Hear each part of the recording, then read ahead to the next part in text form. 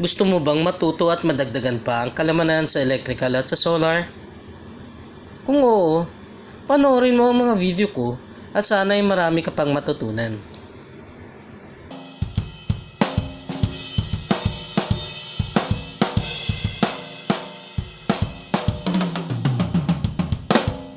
Magandang araw, ako si Herbal Guys, isang registered master electrician, ang inyong electrician at your service. Tayo ay nasa pangalawang parte na ng ating diskusyon tungkol sa tatlong uri ng solar PV systems. At ito ngayon ay ang solar PV off-grid system. Nung nakaraan ay napag-usapan natin ang solar PV grid tie system at naipaliwanag ko doon ang ibig sabihin ng grid.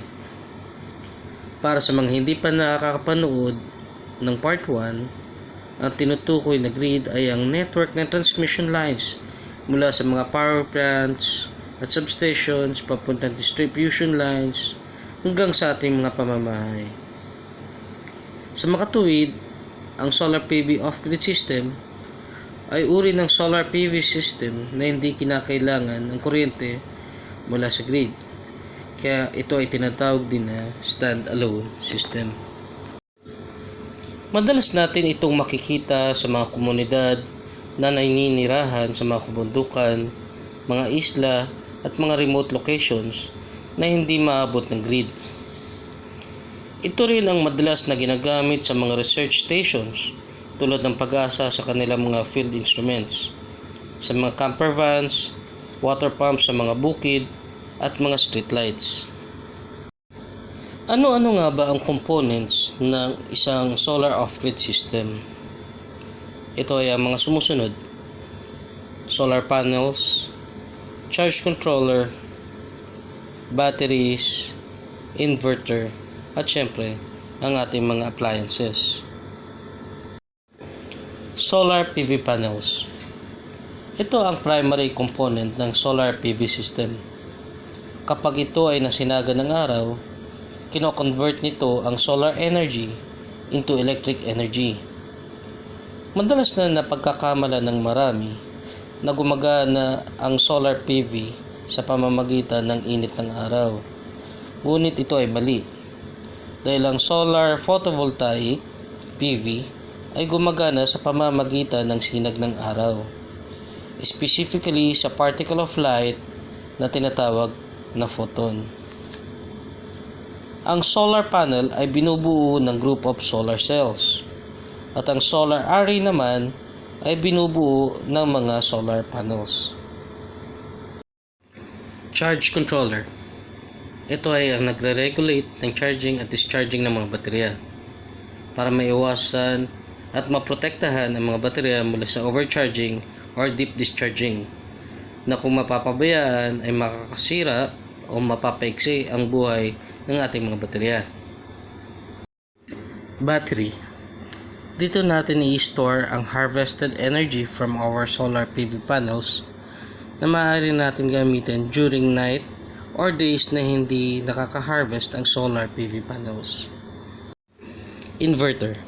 Ito ang equipment na nagko-convert ng direct current, DC, from our solar PV panels or batteries into alternating current, AC, na madalas sa ating mga home appliances. Loads. Ito ay tumutukoy sa ating mga electric home appliances, equipments, and devices. Ang ibang halimbawa nito ay ang ilaw, ref, TV, etc. Benefits of off-grid solar PV system. Number 1. Energy independence. Dahil ikaw nga ay naka-off-grid solar system, hindi mo na kailangang umasa sa kuryente mula sa grid. Hindi ka na rin matatakot na mawala ng kuryente during brownouts or power outages. Number 2. Environment friendly. Dahil ito ay renewable source of energy, unlike coal-fired power plant, diesel engine power generators, etc. Mababawasan ang demand sa non-renewable energy resources at ang carbon footprint na dulot nito. Number 3. Lower electricity bill. Kung ikaw ay nakatira sa area na may grid at ikaw ay meron ding solar off-grid system para sa iyong mga dedicated na loads, sigurado na bababa rin ang babayaran mo sa iyong electricity bill. Ano ang pinagkaiba ng off-grid solar PV system sa on-grid solar PV system? Ito ay independent energy generation at mayroong storage battery system para magamit sa gabi at sa mga panahon na makulimlim katulad ng bagyo. Hindi ito umaasa sa kuryente galing sa grid at pwede mo rin itong ilipat o dalhin sa ibang lugar katulad ng mga nasa camper vans o sa mga bukid para mapandar ang mga solar water pumps. Ano-ano ang mga batteries na ginagamit para sa solar off-grid system? It is suggested na deep cycle batteries ang gagamitin katulad ng mga sumusunod. A. Lead acid, flooded, gel, HEM, etc. B. Nickel cadmium. C. Lithium ion. D. Lithium iron phosphate o mas kilala sa LiFe, PO4 at marami pang iba. Pwede ba gamitin sa gabi, maulan o brownout ang solar off-grid system? Oo, pwede. Dahil ito ay may storage batteries. Unlike ng solar on-grid PV system na walang storage batteries. Paano ang maintenance ng solar PV off-grid system? Kung marumi na ang solar panels, ito ay pwedeng linisin sa pamamagitan ng tubig at punasan para matanggal ang mga naipon na alikabok, ipot ng mga ibon, o mga dahon na naipon sa ibabaw ng solar panels. May mga baterya naman na maintenance free katulad ng gel type batteries at lithium iron phosphate. Pero kung lead acid flooded type, kailangan itong dagdagan ng distilled water at i-monitor in a regular basis. Paalala lang na dapat distilled water lamang ang gagamitin. Hindi pwede ang mineral o tap water. At hindi rin dapat electrolyte ang gamitin. Ang electrolyte ay linalagay lamang kapag bago ang battery. Pwede bang i-expand ang off-grid solar PV system? Yes, pwede. Maaaring magdagdag ka lang ng batteries on parallel connection para mapahaba ang duty service.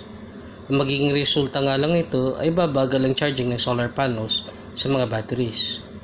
At maaaring kailanganin mo lakihan ang battery wires para ma-accommodate nito ang laki ng current na dadaloy dito. Maaari ka rin magdagdag ng solar panels. Maaaring magpalit ka ng iyong solar charge controller para magtugma ang kanilang specification. At kung plano mo rin magdagdag ng iyong loads, maaaring kailanganin mo rin palitan ng inverter ng mas malaking capacity. Ano-ano ang mga benepisyo pangkalikasan sa paggamit ng solar off-grid system? Sa paggamit ng solar PV off-grid systems, mababawasan ang ating pagkonsumo ng fossil fuels na ginagamit sa pagpapatakbo ng mga electric power plants tulad ng diesel engine power generators, coal-fired power plants, and natural gas power plants. Mababawasan ang greenhouse gas emissions at dahil sa mga nabanggit na benepisyo ay mababawasan ang polusyon at pagkasira ng kalikasan.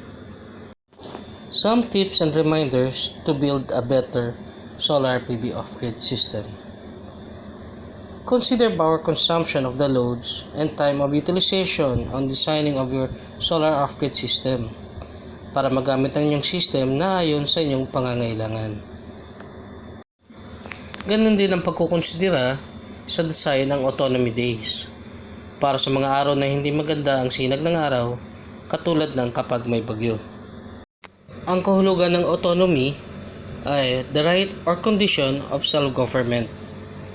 So, ibig sabihin nito, ito ay yung panahon na mag-isa lang siya at mananatili na may kuryente ang mga battery na hindi umaasa sa pag-charge mula sa mga solar panels. Ayon sa pag-aaral, ang magandang autonomy days ay nasa 6 na araw dahil madalas mambagyo sa Pilipinas at ito ay tumatagal ng 6 na araw. Matatanda natin na bago man dumating ang mga bagyo, ay makulimlim na ang kalangitan hanggang makalis ito.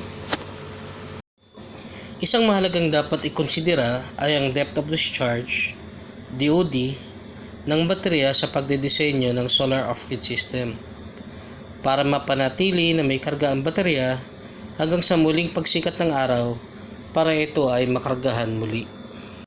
Ano nga ba ang depth of discharge, DOD? It indicates the percentage of the battery that has been discharged relative to the overall capacity of the battery. Ang lifespan ng baterya ay naayon sa kanyang battery charge cycle. Kapag madalas na nasasagad ang karga ng baterya, ang buhay nito ay iiksi. Ang lead acid batteries ay may karaniwang merong 1,500 cycles, habang ang mga lithium iron phosphate ay mayroon namang 5,000 cycles. Replacement of batteries. It is recommended na palitan ang lahat ng batteries all at the same time and replace it with same specification at same manufacturing year or batch as much as possible. It is not a good practice na mag-mix and match ng old and new batteries sa isang battery bank for safety and efficiency purposes. It is also recommended to use battery management system BMS at active balancers to maximize its potential. See your battery data sheet para makasigurado. Marami ka bang natutunan sa video na to? Kung may katanungan, mag-comment lang sa baba at ito ay aking sasagutin. Huwag mo na rin kalimutan i-like, subscribe at pindutin ang notification bell para sa mas marami pang video na katulad nito. Sa muli, ako si Hiner Bragais, ang inyong electrician at your service.